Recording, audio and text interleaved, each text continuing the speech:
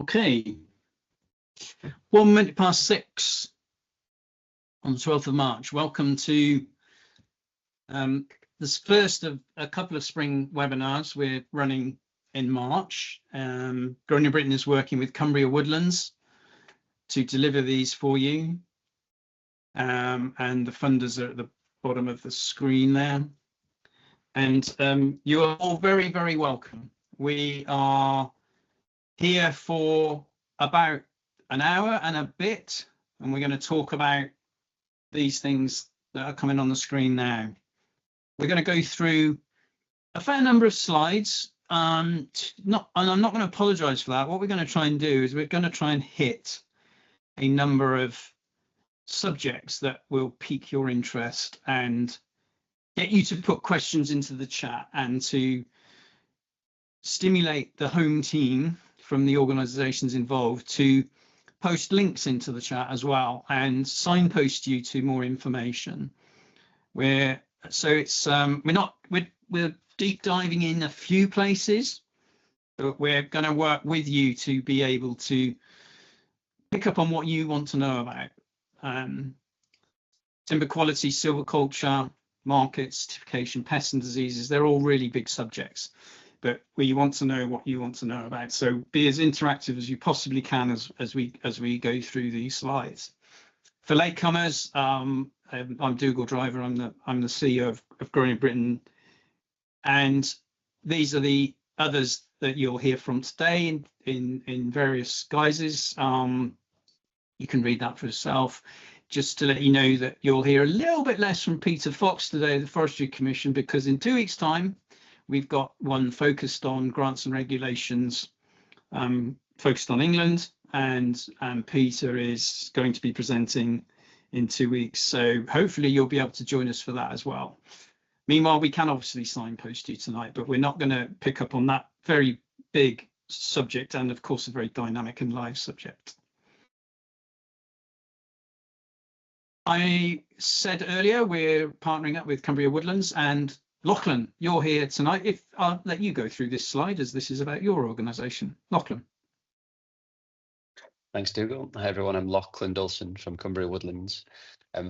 We've commissioned these webinars through a project called Woodland Futures, which, as Dougal pointed out, is a Defra-funded project of Forestry Commission through the Heritage Lottery Fund. And the idea behind these webinars was really to get everybody excited about what they could be doing in their woodlands and then how they could access higher tier to do that. And as Dougal mentioned, this is the first webinar where we're going to get everybody excited about the possibilities, which will then raise the questions, well, how are we supposed to pay for these exciting possibilities? And the second webinar, which is on the 26th of March, which I'd encourage you all to attend, is how the upcoming support can help us to get the most out of our woodlands. So Cumbria Woodlands is a non-profit organisation that works with woodlands and people in Cumbria. So we kind of fit between the private sector and the public sector, and we fill gaps for advice and training and policy. We try to do everything within our power to improve the quantity and quality of woodland management and woodland creation. So I think Paul is going to pop up the link to our website in the chat. And I would encourage you all to scroll to the bottom of the first homepage, and the best way to stay up to date with Cumbria Woodlands news, particularly if you're in Cumbria. This webinar is relevant across the country, but particularly in Cumbria, you can sign up to newsletter updates there. So, right, thanks. Back to you, Dougal. Thank you. And a bit about Grown in Britain. Actually, that's a lot. That's making me slightly dizzy looking at that. But you can pick from that what you like, and we're going to touch on some of these things. But some of you may have been to the National Forestry Conference, which is at the bottom there, which is a Newbury Racecourse in October. Some of you might know about Grown in Britain Week, or you might be a certificate holder. You might be an expert provider, which I'll come on to later. So timber quality and silviculture, there's lots of areas that we're going to touch on, but these are the ones that we're going to pick up a few things around today. So productive species, and I put the words up there, resilient mixes. On the right hand side of my screen, as I look at it, that's myself a couple of years ago against a redwood. and it's a very productive species. It's a very resilient species as well for times of climate change, and we really do advocate, obviously being grown in Britain and about using forest products, getting our woods into management. We want as productive species as possible without any compromise for nature, and for those species to be resilient in times of changing climate. And that's a very good one. I put that picture in order to stimulate ideas and thoughts around using things like redwoods more than we do at the moment. And the picture on the left, Bill Maynard in front of a tree that you may not recognize the species of, because it's not from these parts. That's a eucalyptus. And I'm gonna early doors test you guys, if you want, to play a little bit of a game about sort of higher or lower. So whoever puts a number into the chat, if you remember the game, I think it was Play Your Cards Right or something like that on the telly with Bruce Forsyth, and you had to choose higher or lower. How old do you think that tree is? How old is the tree? Not Bill Maynard. But Bill is a reasonably sized chap, just to give you scale.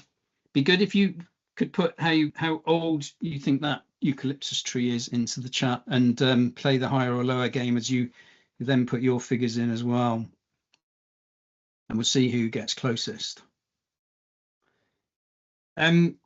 Just sorry, I'm just slipping through the slides there to see what was next. My tech skills aren't on the best in the world.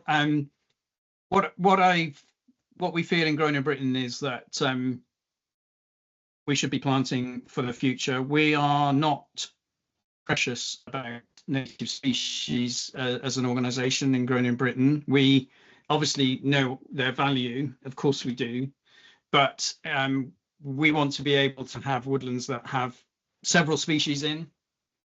We have a metric to measure the quality of a design for new woodlands, and we score five or more species much higher than we score 5 or less species in a species mix. You can get too complicated for subsequent harvesting if you get 9, 10, 11, 12, 13 species all in one compartment, but there is a happy medium, we believe, which is focusing on resilience. So resilience for species that can grow in 1.5 degrees warmer was where we were. We're now potentially, sadly, looking at maybe 2 degrees warmer in the decades to come. And we also want to be able to produce species that we can use in products. So along those lines of future, no better time to move across to an organisation, a fabulous organisation called the Future Trees Trust, who are focused exactly on this challenge. Joe, I'm going to go to you now for a couple of slides. And just tell me when you want me to move on. Yeah, that's great. Thanks very much, Dougal. It's great to see everyone tonight. For those of you who haven't heard of us, we're a small charity based in southern Oxfordshire, and we're the only charity that works on broadleaf species, hardwood timber species, really looking at bringing improved seed to market so that the trees that get planted can be used and made into useful products rather than ending up at firewood. And this is all based on the genetics of the tree. And in case you don't know, all trees that you plant fall into one of 4 categories of FRM, forest reproductive material. And an awful lot of what gets planted is what is referred to as source identified. This is the lowest category of material, and it just tells you where you've sourced that material from. You might get it from a seed stand. It could be a select seed stand. So that's the second category of material, which is a select. And if you plant your trees from a select stand, your product is likely to be 2 to 3, maybe 4% better than using source identified. But we identify superb examples of timber trees, which we call plus trees.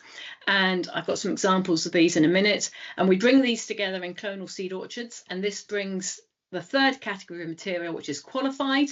And if you plant trees that have come from a qualified seed orchard, you're looking at a 8 to 10% genetic gain over source identified. The gold standard is tested, but this is extremely expensive and very long term through research testing, through replicated field trials called progeny trials, where you evaluate the genetic worth of each tree. So at Future Trees Trust, we're really keen to get qualified and tested trees out there to industry. This is what you guys should be planting. Recent research shows that material from these seed orchards is actually much more genetically diverse than source identified or even from a single select stand.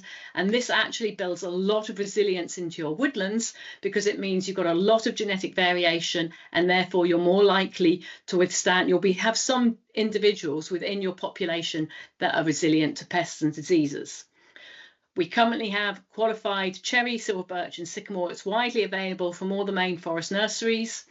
Qualified sweet chestnut, pedunculate and sessile oak and downy birch are coming online. The orchards are there, but they're not quite producing yet. And tested oak, both sessile and pedunculate, is also coming in the next few years. Next slide, please, Dougal. Can we have the next slide, please? It's a bit of a delay, I suspect. There we go. Do you want another one after? No, Oh, this is just very quickly, just to show you the sorts of trees that I'm talking about. We've zipped on. The left was an ash. I think the middle one was an oak, and then we had a beech. But these are the sorts of superb timber trees that we use to put into our clonal seed orchards. And this is what a clonal seed orchard looks like. The next one, Dougal. These are grafted oak trees. I'm sort of rattling through this a bit, but it's just to give you a taster of what we do. So you can see this is a 3-year-old grafted oak tree from one of those plus trees, and it's already producing acorns in the qualified category. We haven't quite got enough for commercial seed lots yet, but that's just to show you what we do. And if you plant seed from this seed orchard, seedlings from this seed orchard, you're looking at a 10% genetic gain. And by that, I mean higher yields, better form, and reduced rotation times. Next slide, please.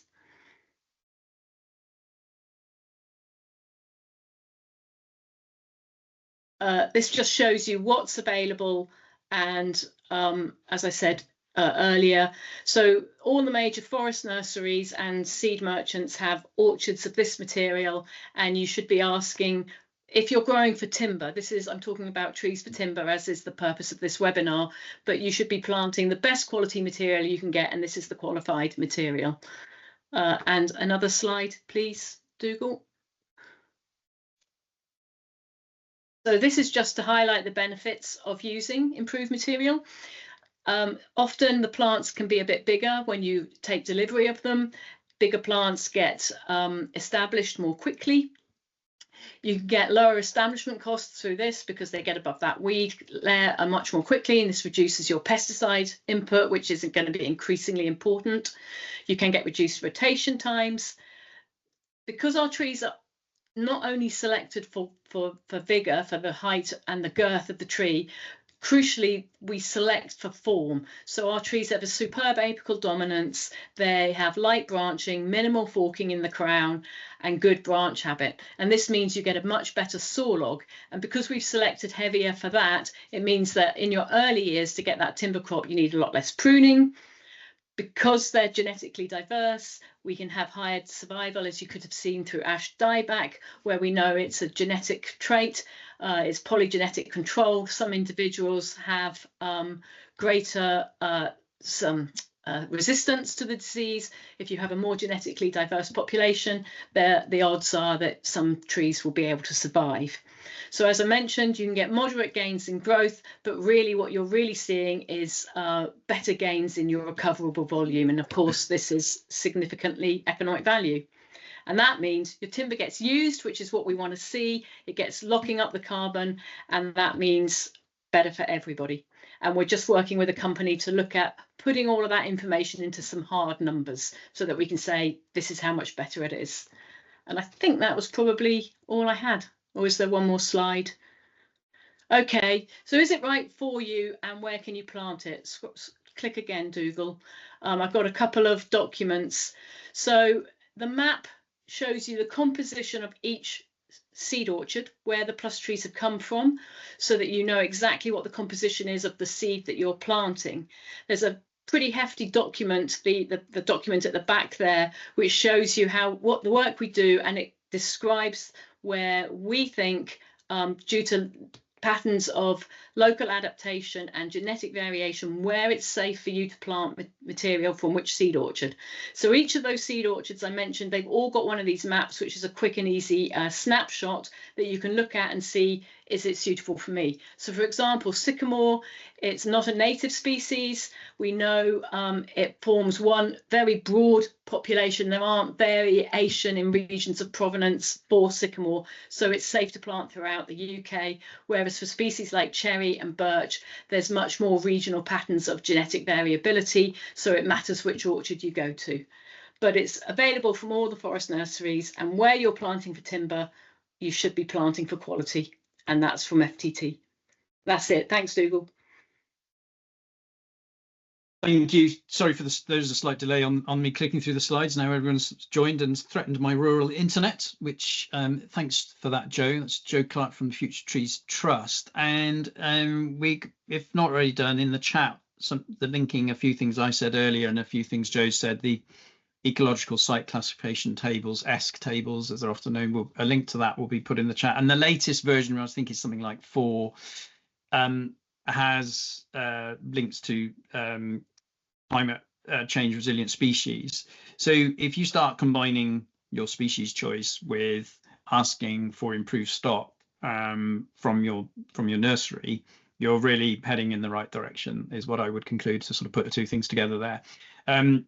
Joe knows that I get quite frustrated that when I talk to nurseries, they're not being asked for improved stock by buyers, by woodland owners, by agents and foresters as much as we would all like, and that would actually encourage those nurseries to do even more around that.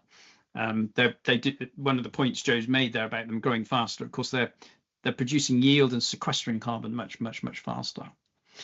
So I can't see who's attending tonight. I don't know whether there are fellows of the Institute of Chartered Foresters. There probably are the odd one. There's possibly hobbyists and people who work in woodlands part-time. There could be a real range. So we are pitching this in the middle somewhere. And if you have questions, please, as I say earlier, ask and we'll provide links. I've been a forester for a very long time. I was 17 when I started, and you can see how old I am now. I think we should do far more pruning and thinning than we do. And there are questions around the economic viability of that, and you have to assess what is worth doing for your particular scenario. But if you're going into a scenario where you're thinking about it, my view is if you've got that far, do it. So formative pruning for the same price. That's what. So if we can mute, please, everybody, that'd be good. Thank you. So formative pruning when trees are really young.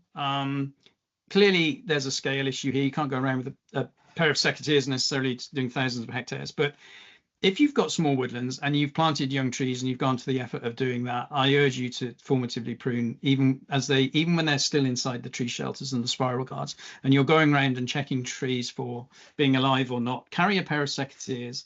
Every branch you remove improves the quality of that tree for the future.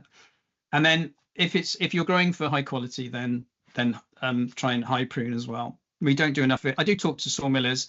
I get mixed. You always will get mixed views from buyers and sawmillers about what they want to pay, because they're reluctant to pay premiums. But one thing that is consistent from processors and sawmillers is the quality of our hardwoods in particular, and sometimes even softwoods, are honorary hardwood softwoods like the sort of Douglas firs, etc. The quality sometimes isn't what they would like, and so really go for that. And I'm prepared to be challenged by that in the chat, but I urge you to do it. And the same with early intervention thinning as well. Obviously, there's a very buoyant firewood market at the moment, and so even small amounts of firewood can be sold locally. And so these are the two things I wanted to pick up around timber quality and silviculture. So you're choosing improved stock. You're looking at the tables that people put together for the most resilient species. You're looking at mixtures, and you're looking, once you've got your crop or you own a woodland, you're looking at dynamic intervention, which I'll come back to come back to later. So looking forward, I think that should emerge on the screen. So I'm going to move on to just to touch on pests. That again, as with managing for quality, this little beastie on the top right will destroy your quality. So you've got your stock, you've pruned it, you might even have thinned it, and then this thing. So do keep on top of your squirrel control. And there's you know, advice and support available on how to do it. It might seem like a thankless task, but I have seen far too many owners and agents literally in tears over the damage that grey squirrels can do to a crop in a matter of days. So everything you can do to control grey squirrels and to do so with your neighbours and collaborate with others, then please do so. We're going to come back to pests and disease a little bit later with Joan Webber, but I just wanted to highlight a couple the obvious ones. And there's not a webinar too many when we can't iterate this. And the same with deer as well. I've just hopefully moving on to a deer slide where you can see fallow deer crossing a river. And the reason I put this up, this is thanks to Ben Harrower, who does amazing remote sensing of mammals. If you look to the trees on the very far left, you can actually see them entering this sort of streamside riparian woodland.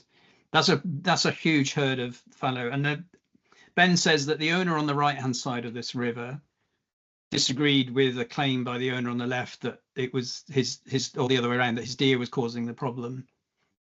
And I just think this was one landowner at one side of the river, had no idea that this size of issue was there. And I think that I've learned over the years that for every deer you see, there's possibly 20 more that you haven't seen. So cull numbers should always be much higher. And the instances of road death, etc., are accidents confirm that. As did yesterday, as I was just looking out of a neighbour's window and there was a muntjac deer literally 2 yards away from my car just eating the grass. These guys destroy the quality of the trees that you plant. And they also a heavy toll on biodiversity and nature as well, grazing everything in sight if there's not enough food to go around. With disease, unlike deer and squirrels where you can take direct action, it's a little bit more tricky because things can creep up on you, and we'll come back to that later. So I think being aware of disease and being aware of the dangers is really, really important. And then coming back to the thinning, when light hits the forest floor, you get pollen, you've got flowers and you get pollinators and you get that whole circle of life. It's really interesting that, you know, I'm conscious that surveys still say that the public understand why trees are felled. They would rather trees were left standing. But it really is the start of everything. And if you do carry out woodland management, I would like to see, it feels like I'm lecturing all you guys. I don't mean to, but it's just that it's really, really important to put interpretation in if you can. I often see signs around woodland management that say, you know, danger, don't climb on the stacks, or woodland operations in process. If you could explain a little bit more about the value to nature and the value for carbon and the value of woodland management and activity in the wood, I think that would go a huge way, no matter what scale it's at. And because of things like pests and diseases, and be very sort of ready and agile in able to act quickly to look at practices. If you've got a woodland management plan, talk to the officers quickly about changing and adapting. It's always better to do something and to do it quickly than to do nothing with appropriate permissions. I feel my most common conversation is, it will be fine. I think I might leave it for a while. And I rail against that. I think, no, you're better to act. And all of that will improve the quality of the timber and the productivity of the woodland. So let's move on to markets. Some of those more obvious than others. Timber speaks for itself. There's a new timber and construction strategy that the new government has adopted. The timber and construction strategy that was actually prepared and was being delivered by the previous government. That's very unusual, but it's because it is a little bit of a no-brainer to use more timber in construction. And there may be some questions about how we might do that, and please do put them in the chat. As I say, it's a biogenic material, and we import huge amounts, as I'm sure you know. We have half our woodlands undermanaged. We need to drag more timber into the market. The firewood market is interesting because it's a bit of a marmite, that one. But from my point of view, it's opened up a lot of woodlands to active management because it's given a financial reward for going in and doing these early thinnings. It's given a financial, it's actually much more financially rewarding now. And as I say, it can be a precursor to growing better timber from the trees that are left behind. There are the risks associated with using more biomass and using more firewood. We put a link to Ready to Burn in the chat, which is a standard for the quality of wood fuel about burning, and I'm going to come on to a bit more about that later. Then nature units rather than biodiversity net gain. I've separated those two things out because they are slightly different, and then we're going to talk about carbon and water. So just a few ideas around what timber can be used for. Obviously, very traditional uses. Douglas fir, I highlight on the right there. It's just my favourite tree, favourite species. Beautiful timber, pink, can be used in construction, can be used for all kinds of things. Grows so well in our westerly wet conditions. I think if you can get Douglas fir growing on your site, grow it, put it into your species mix, and favour it with thinnings as well. So we have a tendency, and I'm generalizing with a lot of my comments today, obviously to get through the subjects, but we have a tendency in this country not to add value to timber. We tend to import products that have already had value added to them, and we need to change that. There's been an innovation program funded by the Forestry Commission for 4 or 5 years, and we're hoping that might have a new iteration. Who knows? There's no word on the street about that yet, and clearly that the government hasn't got a lot of money at the moment. But that's flooring on the left-hand side that those three people are looking at, and it's quite hard to. I'm not aware of any grown in Britain, British-made, engineered flooring. That's flooring which has got different layers to it. We're working with a couple of people to try and change that. There are 1 or 2 sawmills looking at this. On the right-hand side, that's a laminated scantling, which is a length of timber that can be used for things like timber frames for windows and doors. That's ash, and I think that's ash, thermally modified ash in the middle, and that's a good use for ash, which is in plentiful supply, obviously for obvious reasons. We do now have 2 thermally modified plants in the UK, which we did some of the initial research that got UK thermally modified timber working, and it turns a non-durable species like ash and like sycamore and a few other species into a durable species that can be used outside, and it can also be used to give strength and density to things like these scantlings. That's just to give you an example about thermally modified timber. If you want thermally modified timber, UK Hardwoods and Vaston Timber are both Grown in Britain certified and supply it, just to give them a plug, because they've invested. Otherwise, we'd still be importing huge amounts of thermally modified tulip wood from North America if they weren't making it from homegrown. But there is an issue about the ability for us to capitally invest in processing and adding value to timber, which any ideas on how we can improve on that would be very welcome. We're certainly doing our best. So back to the firewood, very important for thinning out tree. That picture on the left of Hall Woodland, hopefully that's emerging on your screens now. There's so many woodlands that need attention, and it can be turned into kindling and firewood and charcoal. And that very bottom right, you might just be able to see the Ready to Burn logo. Picture in the middle is be careful of things that are British without the certification. The big K bag underneath is certified Grown in Britain. At the time this picture was taken, the Union Jack bag of firewood above was not Grown in Britain certified. But if you were layperson and you saw those two things in your garden centre, would you know which Union Jack meant which unless you knew about Grown in Britain? Well, you might on second sight and reading that there's actually a code number underneath ours, but there's nothing necessarily, although there are some numbers there. That business on the top is now actually Grown in Britain certified as well, so I probably need to change that slide. So new markets, I mentioned the difference between, there is a difference I think between nature units and biodiversity net gain. So biodiversity net gain is a planning, it's a planning offset really. It's not great in the sense that whilst you have to provide an uplift in what you provide, you are actually replacing something that's been lost. So it's a penalty and it's an offset for damage done elsewhere. A lot of developers are therefore, because it's expensive to do that as well, by the way, very expensive, a lot of developers are actually changing their practices and maybe trying to not cause damage, which is great. So in some respects, it's changed practice. And there are maybe, I think, 50 projects across the UK now that are host sites that can take credits from those, from that planning gain. That's biodiversity net gain, which is a mechanism for planning. Nature units is global.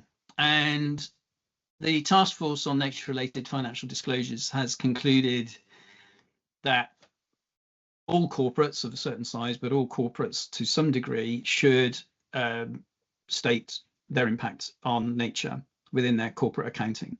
I'm summarising years of work from that, driven by the financial sector, which is great, driven by the financial directors within those businesses corporately, and it's widespread and it's coming over the hill quite rapidly. And it's not just about a housing estate that maybe has damaged something and needs to therefore create a meadow somewhere close by. This is about a bit like a carbon balancing. It's a nature balancing for businesses. My personal view is it could be huge because there's so many businesses that have been greenwashing and they will not they won't be able to tell that story in their corporate accounts. They will have to explain the damage. They will have to calculate the impact on nature.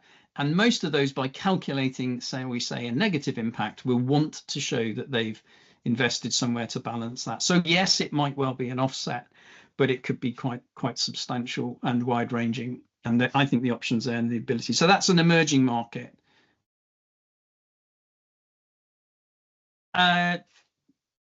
On the left, carbon, not an emerging market. I would say that it's a maturing market, though. The carbon factors within peat and trees, you've got the Woodland Carbon Code there highlighted, and soils potentially emerging, are still finding their feet, I would argue. So again, if you have any views on that, we'd be keen to know.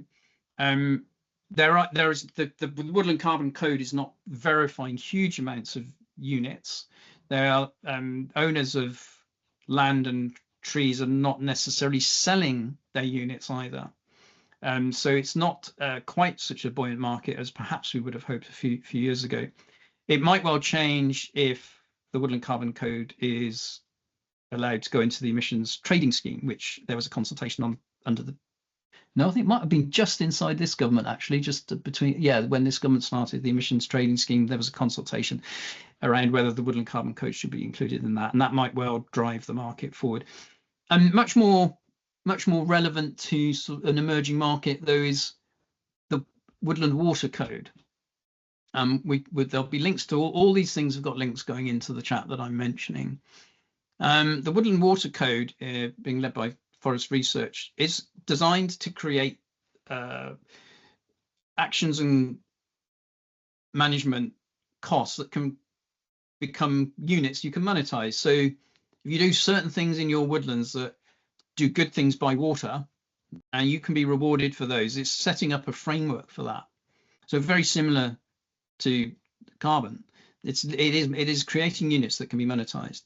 So have a look into that. That could be really, really interesting. I think most of us know that, woodlands are good for water in many ways. Obviously the slowing of the flow, the filtration, etc. And there's lots of subtle ways that they can help water quality and quantity and reduce flooding, etc. So really, really interesting development. And it's going to be very interesting to see how that goes. There's a number of pilot schemes that are going on around the country now. it's moving quite fast, if that's not a pun. So it'd be interesting to see where that goes, but it's certainly, I think it's moving forward in a good way. And just a few novel things to whet your appetite, including a couple of Grown in Britain products that are a little bit unusual. Birch vodka made by Buck and Birch up in Scotland. That's actually a Grown in Britain certified product because they use birch from sustainably managed woods that we audit that chain of custody, and they're the first to have done that, and that's fantastic. And those of you with cats, there's quite a lot of wood-based pellet lids out there now, but one of the first is Grown in Britain, and still to this day is Grown in Britain certified from Pets at Home. So if you buy vodka and you buy cat litter, do tell your retailer that that's what you want, because this is all coming from and supporting homegrown sources. There's also Grown in Britain wood flour in the Rainbow Terra tree shelters. It's the substrate that holds the cellulose together. So, and it breaks down into the wood fibers within that. As it breaks down, will go back into the soil, and that's a nice bit of circularity there. Moving on to certification, so we're rattling through quite a lot. I'm going to rattle through this. Just types of certification which you may or not be aware of. There's international certification, PFC and FSC. They do sustainable and legal. And there's Grown in Britain that also does sustainable and legal. And we do the provenance as well, UK provenance. We do that for forests, we do it for chain of custody, all the way through to retailers like Urcol. There's just a quote there, which is probably pretty obvious. Moving on to venison, linking back to the need for deer, we have been hugely involved in the creation of British Quality Wild Venison certification, which is now rolling out. This is designed for making sure that the venison market is pulled through to supermarkets who want the standards to be raised. They want to know that, for instance, lead shots not being used in the culling of the deer, that the stalkers have been trained to a certain standard, etc. And this is because we have too many deer that are damaging nature and carbon and timber yield, and we import huge amounts of venison from places like New Zealand, which is a real shocker. The markets in this country tend to have been seasonal, a bit up and down, and this is a way of taking seasons out of it, taking standards up to a level that means that the demanders can buy more. So look out for that. And if you're involved with large estates and controlling deer, or you're part of any part of the game handling market, then do get in touch. There's a website that you can go to for this. Again, we'll put the links. Plant Healthy is a certification for nurseries and businesses involved in handling plants of all kinds, such as, garden centres, etc.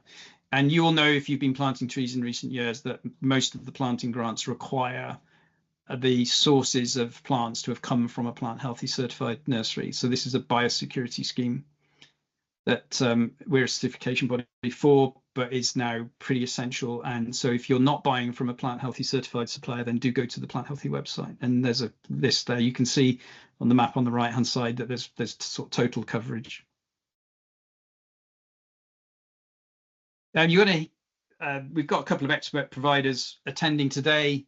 It's an approved contractor scheme that the Forest Canopy Foundation, that picture on the right is Neil Nicholson, who's the current chair of the Forest Canopy Foundation, representing contractors, agents from forestry businesses from across the UK that Forest Canopy Foundation wanted to raise the standards of, in the sense of having a benchmark for everybody and pushing through exemplary practice and having a mark in order to show that that's the case. So for all of you on the call who want services, you can go to the directory on the Forestry Canopy Foundation website, which has a map where these people are.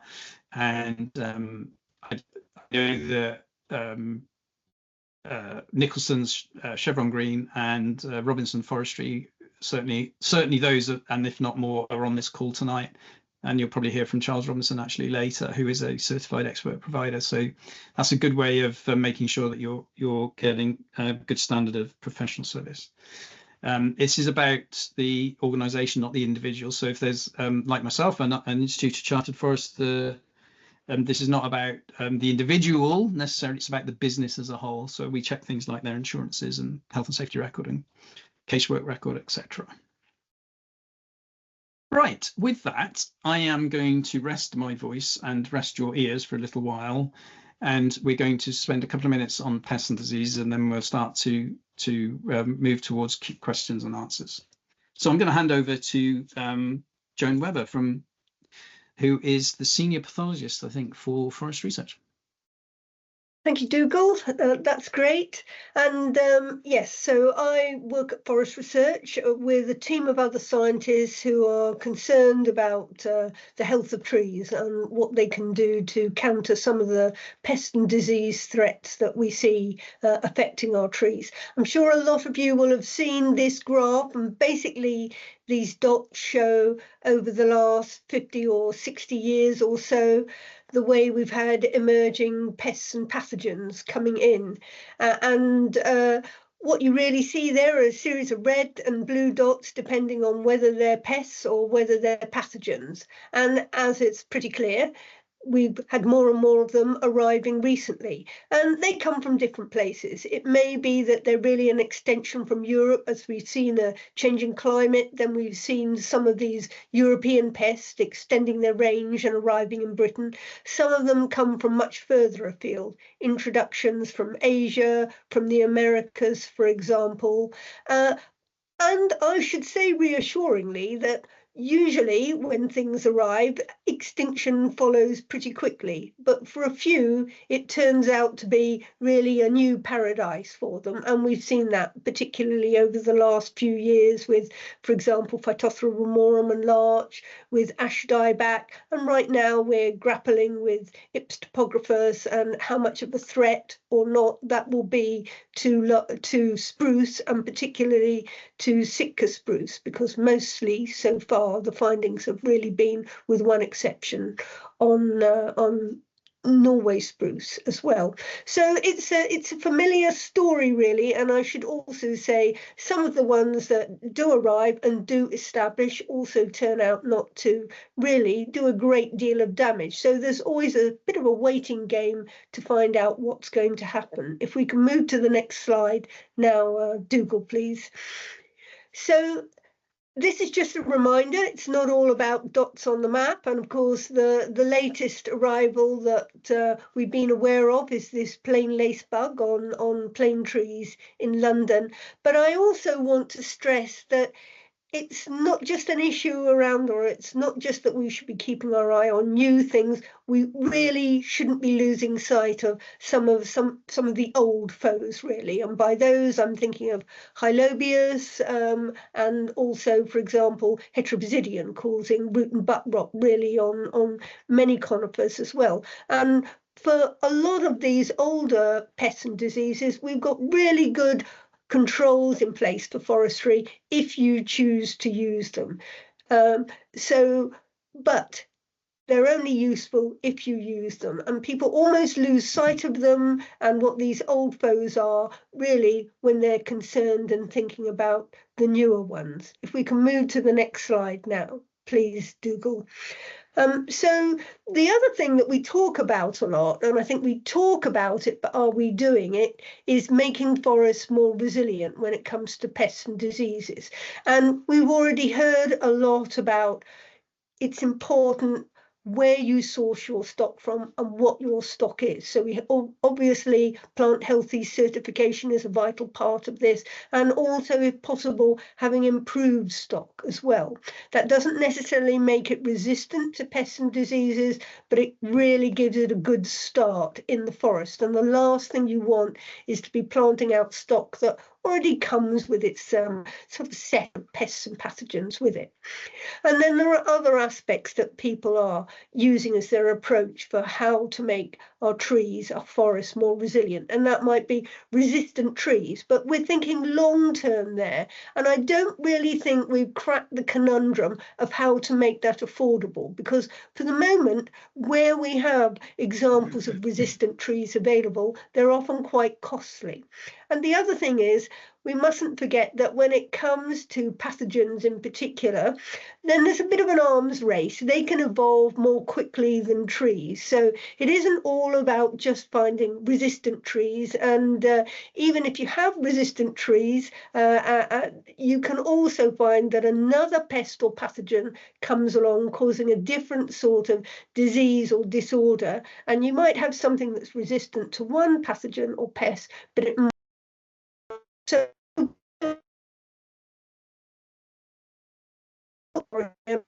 so silvicultural solutions, growing in mixtures, growing in a mosaic. But what we haven't really done is thought about what the costs of moving to alternative forestry are. So that's really all I want to say. It's just a few thoughts there about pests and diseases, what's around, and how we might go about making our forests more resilient. Back to you then, Dougal. Brilliant, thank you. As I'm sure that will stimulate lots of questions as well. This is where we are. Join us again in 2 weeks. We're not finishing now, but we're coming to the end of the presentation, and I will stay. I've talked a lot, so I will wait and answer every question that comes through till 7:30 if necessary. So do get your questions ready. We have been recording this, so if you shouldn't put anything that you don't want to say into the chat anyway, but do be aware that it's being recorded. And just to highlight a great hub that's on the Cumbria Woodlands website, which is called Canopy Learning. And it really is. I was aware of it before we started to collaborate with Cumbria Woodlands. It is fantastic. Do have a look at that again. That links will go into the chat. So thanks for listening. We will go to the interactive session now, and I'm going to go I'm going to stop sharing, and I'm going to go to Paula, who can pick up on the first question for me so that I can segue. Hi, thanks, Dougal. So I haven't seen any questions come into the chat yet, so would urge people, if you've got questions for any of our panelists, please post them in there. But in the meantime, we did send out a Google form for everyone who booked to fill in if they had any questions beforehand, and we've had some come in that way. So if I ask our panelists to turn their cameras back on so we can see your faces as well. The first question is, this relates back to the first part of the webinar. Is silviculture sensible while the chip biomass markets are stronger than sawlog markets, or is it wasted effort? So that's a bit of a provocative question. Who would like to come in and answer that? Yeah, I can dive in. Thanks, Paula. So hi, everyone. I'm Charles Robinson of Robinson Forestry. We're a private consultancy firm based in England and an expert provider, as Dougal said. So yeah, an interesting thought, really, and a couple of points, really. One is we're talking about a long-term rotation, long-term game here at Woodlands. It's not an annual job. So right now, firewood biomass price is very good, very strong. And as Dougal iterated earlier, we should capitalise on that and improve our woodlands by taking out some of the rubbish, perhaps, to go into that market. But like everything in life, I really have a strong belief we should aim for the best. So let's aim for that best quality sawlog possible, because we can always revert back to firewood. That's the lowest market, the biomass lowest market we're ever going to hit. So let's aim for the best. Let's even at the harvesting stage, we're marketing to a wide range of markets that are available at the time per species, and sometimes those markets aren't there at the time we really want to harvest, and therefore we have got that backstop of that firewood wood chip market. The work that Grown in Britain are doing to highlight those sort of special markets for us for the timber, for things like beech and cherry and other species that are quite hard to sell at the moment, but are becoming easier through Grown in Britain's great work. Those are the sort of things we really should be aiming for. Thanks very much, Charles. Is there anything any other panelists wanted to add to that, or Dougal, did you want to say anything about the adding value to homegrown timber, or shall I go to the next question? Go to the next question, and after that question I'll come back to the how old was the eucalyptus tree competition that did run a little bit in the chat earlier on. We had some good guesses on that, yeah. Okay. Well, this question's a bit longer one. It's got two parts to it. So building companies look to seek new land for biodiversity net gain or nutrient neutrality as part of planning obligations, but most buildings contain a very low volume of green carbon. Can British timber play a role as a proportion of builds in offsetting or guaranteeing carbon while taking pressure off other lands? So if a house is concrete, the environmental cost is greater than one of local sustainable timber. So who would like to come in on that, or would you like me to repeat any of it? You're going to hear more from me, I'm afraid, but happy for someone else to come in as well, or anyone on the call. But at the moment, we are actually building a project to do a new certification scheme for stored carbon, and I can assure you this question's not planted, but part of this points towards that, is that the European Union have got a new carbon removals framework which looks at stored carbon, and there are also some methodologies being produced by the likes of Vera, a big global certification organization, and also there's an ISO being written for stored carbon at the moment. And as part of the timber and construction roadmap, there is this pull on using more timber in homegrown timber in construction. The moment, the way that carbon in biogenic products like timber is measured is a sort of, it's an embodied carbon. You'd have heard the phrase an embodied carbon, and that's a measure of the damage it's done to get it to its point. It's the carbon it's used, as it were, in a bad way. What we want to do is come up with a certification scheme which measures the carbon that's stored in a product for a long period of time. So it's a quality value. The higher the value, the more is being stored, and then you can compare that to other products potentially and look at substitution. And we can use the clever bits of work that have been done in partial places, and we're going to bring that together over the rest of this calendar year, with the support of people like the Forestry Commission and Morgan Sindall and other bodies. And we are still looking for project sponsors, but we're building a technical team to write that this year so that can be measured. There's possibly some other questions. I'm afraid I'm not up on nutrient neutrality, but I have a feeling that maybe there's some pressure on reducing the pressure of regulation on development at the moment from the current regime, shall we say. And I have a feeling that nutrient neutrality might be under a bit of a pressure where it was restricting the ability to do get planning proposals through, and maybe it might be a little bit easier in the future. I don't know. That's probably got a way to go. Anyone else wants to chip in on that? I can jump in with a tiny, sorry, Lochlan, a tiny thing just on BNG is that at the moment the BNG metrics don't allow for any accounting for how you built that house. It's purely on it. You're tearing up a piece of grass, therefore we want to create another piece of grass plus 10% in that biodiversity value. So something that which we could take away, we could try and lobby and put into that system. But Dougal, you're right. There's a new planning and infrastructure bill coming through. It was released yesterday, and it's okay. It's sort of, yeah, current comments. I've not looked at in lots of detail, but current comments are they're trying to make it far easier to get houses built, and possibly at the expense of environment, or make it easier for builders to buy their way out, perhaps. But that's possibly a slightly cynical view. I had a question rather than an answer, and that's just made my question.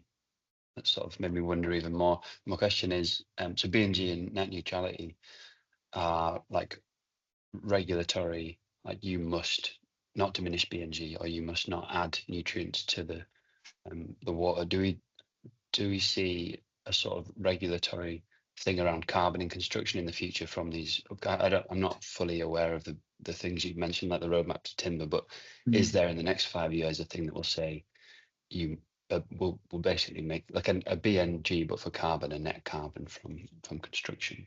Do you see that happening? I would hope so, but I suspect most regimes, I'm trying not to pick on this government, but I suspect most regimes are reluctant to increase regulation and increase the rules, as it were. But it can be more expensive to use timber. It's also, or more timber, and so, you know, I do think that the regime needs to put in place things that incentivize that change. And then, you know, Scotland's like 80% or 90% use of timber framed housing, and we're like 15% in England. We're UK, but so Scotland versus England, there's a massive change. Why is that? And we see it between the differential between this country and other countries, and I can't help thinking it's down to the incentives and the motivation around that. And I do think there's something to be played out there. Meanwhile, we'll try and build something that the market can use. So we'll build something that they can get credit for doing it through the market, and ultimately that is probably the best way than say, well, tax incentives or penalties. However, we are not racing towards solving this net zero problem, are we? So we do need to probably make more radical decisions, is my personal view. Let's jump to the eucalyptus question, then we can go to that last question that you had, Paula. So if I'm right, I'm just scanning down through that all the numbers came in together, and it was 17 years old when I took that picture, and it's now 18 years old. So but 17 is the right answer because that's when I took the picture. So Alice at 15, I think, is the closest, and somebody did a thumbs up on that. So whoever did the thumbs up on Alice is also doubling down on being a joint, but that's like jumping on the back of the winner there, you know. Yeah, 15, that's a bold, got it, but that's somebody who knows how fast eucalyptus grows. Now, I'm glad we got a bit of chat on that. We're getting very few questions, but please do suggest questions. The point of putting those species in there is that that's sequestering carbon at a fantastic rate, and we've actually taken a lorry load of that eucalyptus, and we've taken it and we've made some thermally modified timber out of it. We've made some fencing, and we're going to try and use it in a few other products as well. We're going to see how it works, because eucalyptus is not a species that we've grown here and used very much. And we've got some other ones around the corner like Paulonia, which has been grown at scale in East Anglia. And again, we're actually testing how Paulonia performs in construction products as well. And we're making a 3-board ply out of putting Paulonia in the middle, which is very light, which could replace a lot of 3-ply that's bought in from places like Austria, Tilly board. So we're looking for a UK replacement for that. And the reason I highlight eucalyptus and the redwood and things like Paulonia is you'll have heard from a lot of people, well, 3 people today at least, that we need to be looking at diversifying, and these will solve some of the carbon problems. Okay, Paula, we got another question. Dougal, can I just make a point on that? Sure. Forest Research are putting out extensive trials of these species, and while some of them are very good species for forestry, I think you've got to be a bit careful what you plant and where. So don't just take it at all species diversity is good. If you're growing for timber, you've got to make sure you match your species to site.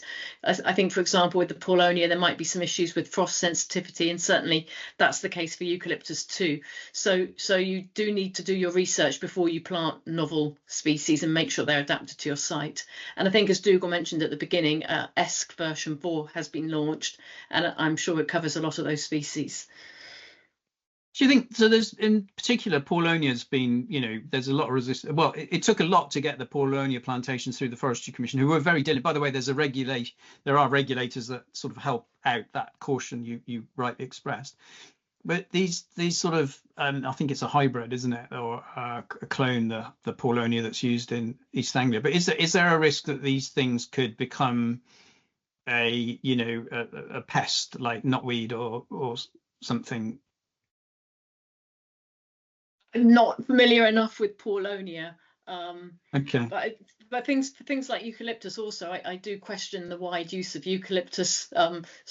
Sorry, not to contradict you, but you know, it's quite water intensive in its use, and not much lives on eucalyptus or underneath it. So I'm not so sure it's a great species for biodiversity. But if you're just after timber, then of course that's a winner. Yeah. It could be horses for yeah. I agree. I mean, the same thing's said about sick spruce. You know, so you know, Yeah. it's sort of it's in that same category of that's not from round here, and it kind of doesn't look like it fits in properly. The point is always make sure to match your species to your site and check your species suitability before you plant. Before I go on to the next question, Lochlan, you had your hand up. Did you want to come in on that previous topic? I did, yeah. I had a follow-up question for Joe, which is, you really sold me with your presentation on improved stock, and I'm definitely going to ask for it. But what is the price difference? Okay, have you got an example of a 40-60 oak versus a normal one? Yeah, so unfortunately there's no tested oak available, and even the qualified, the seed orchards are planted but they're really young, so there is no qualified material available. But you can ask the nurseries for select material from a select oak seed stand. I don't know, because that's not what I do. I'm a researcher. We have tried to encourage the nurseries to add a penny a tree as a premium, and that they might like to give that to Future Trees Trust, because we're a charity. So all the work we do is charitable donations from trusts and increasingly from public funding. And they are reluctant to do that. I think Milo are the only ones who do charge a premium, and I think it might be like a penny a tree. So the point here is that it's a really small, if any, additional cost to you, the grower, up front. But the returns, I know you have to wait for the returns, but they can reduce your labour and pesticide and weed control inputs, and you get a better timber product at the end of the day. Up cost fronts are minimal additional costs. I'd encourage you to ask your nursery, even asking the question, have you got grown and written? Have you got, plant healthy? Yep. Have you got improved stock, select stock, whatever it is, get that question, that discussion going with them. And yeah, a bit of a search of the major suppliers will reveal. I mean, there is improved, elite stock for things like Sitka has been around for a long time. But yeah, don't be afraid to ask the question. Sorry, I missed your hand, Lochlan, by the way. So unless anyone's got any last questions they want to put in the chat, now is your chance. But I'm going to ask the last one that came in beforehand. It's another fairly topical, possibly quite controversial one. So does import need more regulation to encourage more use of local timber? Forestry Commission, Forestry England are championing using wood, but the reality is that budget wins. In other words, do we need to slap tariffs on things? On foreign wood? Do we need to do a Donald Trump? Who would like to answer that? Somebody not me, because I think you probably know what I think. The clue's in the name. I think the standard that we manage our woodlands to in England, or the UK, is enormous. And we should achieve a premium for that. I don't understand the world economics that you can cut down some trees abroad, ship them over here for cheaper than we can cut them down and chuck them down the road to a mill, or how the supply chain is better set up. I just don't understand how that does work, and why we can't make it happen more readily here, and whether it's just supply of timber. But back to that first question we had on the strength of the biomass market. Well, we're putting some pretty decent pine timber into biomass at the moment, and I know certainly we have done it as a firm, because that's what the contractors market is for. So if the demand was there for British timber, we have the timber available, is my simplistic view for it. Whether we need to tariff the externals, or whether we just need to try and improve our own supply chains and management, so that every bit of timber that is grown in the UK is used for something, rather than left standing or ideally not burned. About half our woods remain undermanaged, depending on how you want to count that, and that we're also devolving our responsibility to another country, aren't we? It's to supply us with these amazing materials to produce these low carbon materials in construction for something. There was a time a few centuries ago when we used to take raw materials from around the world and not use our own. And I think, I'm sorry to say it out loud, and I know this is being recorded, but to see woodlands undermanaged, and then we import that stuff from somewhere else, which might well need that material for themselves as well. That doesn't work for me. Would say that things are balancing quite, you know, in the last few years. A tanker across the Suez Canal, meaning things have to go around Africa, Brexit, COVID, wars, tariffs. I would say there are some big things going on, other than most of the people probably on this call wanting to manage our woods better, wanting to use Cumbria. There are big things that are equalising the market that make, I would think most demanders think about simple supply chains. Can I get it closer to home? Can I be sure that I'm not going to be disrupted by something that's going to cost me a lot of money or delay things dramatically? So we have found that certainly in a price sense, things have started to, you know, level out. And very next week we're hoping to launch the latest hardwood, the results of our hardwood pricing survey for 2024, which will show how prices have changed over the last calendar year. Just as a segue into that, but the we've got to get as much of that timber that's left standing in the woods unnecessarily out as we can before, so that we can use it. Charles, is my view. Well, have we missed any questions? We've posted loads of stuff in the chat. We can continue to do so. I think that's probably right. But if not, look at things like the land use framework consultation that's out at the moment. If you have a view on some of these bigger picture aspects, and put your views into the Defra's land use framework consultation. There's if anyone's from over the border in Wales, there is a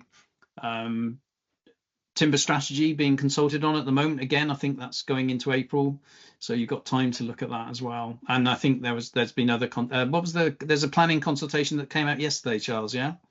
So yeah. Okay, we'll try and get a link for that, and hopefully we'll see some of you in 2 weeks' time. Any final comments? I can't see all the screen at the moment, Paula, to see if there are any other hands up. No one else has got their hands up. Okay. No more questions have come in on the chat. I do have a comment / question. I feel like I put these webinars on so I can ask the questions. That's basically what I do. But it's about pruning, and I'm fascinated with pruning, but I've never been able to do it professionally. And I'm going to put in the chat for everybody a link to a podcast that I listened to recently, which really got me excited. It's by I was going to mention it when we were talking about the eucalyptus, but it's by a guy called Rowan Reed, who's a forester that owns a farm, and he grows infield trees standing like by themselves, not in a forest situation. And he's a massive advocate for pruning, and he owns his own sawmill. And this podcast, which I've just put in the chat, which I would encourage everyone to listen to, I've listened to it about 3 times. It just makes you want to prune. He's talking about the difference in quality and yield from the tree because he's milling it and pruning it himself. But I guess my question for anybody that has done pruning, because I haven't been lucky enough, is how much does it cost, and how practical is it? Is it just a sort of is it actually achievable at the minute in forests in England, Scotland, Wales? I can take that up, Lochlan. So I mean, we're just talking man hours and a saw. So the costs are relatively low, but that's wholly dependent on access. How many are you going to prune? Density of the crop, etc., etc. So I mean, Dougal made a point earlier, and I often stress the point is don't prune everything. Find those good 80 to 100 trees a hectare. Let's talk about oak, and let's talk about a mid-rotation oak crop. Let's find the best trees that are going to make that final timber crop, and let's focus our energy and our effort on those. You're not wasting time and effort and petrol on ones that perhaps are not ever going to turn into anything, and they can be the trees better for nesting and biodiversity and shading and dappling, all that sort of stuff in the short term as well, until you get into that final rotation. The cost of not doing it, I think, far outweigh the cost of doing it now. But we're on a 120-year oak rotation, and you just need to think, I need to invest now for the future, rather than I'm going to invest now to get it back now. It's the same idea as back to Joe's. Buy decent trees now, and invest in your planting, that early maintenance, because it's such a long-term crop. No farmer plants a field of oilseed rape and leaves it and hope it's going to grow by August. It just never happens, and we mustn't do that for forestry either. Thanks, Charles. What about high pruning? How high are you going? Is there anyone set up to do that? We tend to do guy with a pole saw, so you can kind of add 2 meters to however tall your forestry professional is, man, lady, whoever. So what you could go probably up to 4 meters, something like that. But again, it's just being sensible with it. If you've got, you know, an obvious fork which hasn't been formatively pruned out at the early stage, then there's no point trying to remove something that's an enormous fork at 3.5 meters. You know, you can prune those side branches off because they can be a second length. That could still be a beam, it could still be a fence post. So it's just trying to look at that product at any point, really. Think, what am I trying to make this tree into, and can I get it there in the best way, in the best fashion? Sort of reverse back as well. Pippy oak used to not be very sellable. Now we are selling pippy oak for more. So don't be afraid of a bit of epicormic growth as well. Don't sort of worry about that if it does occur after thinning.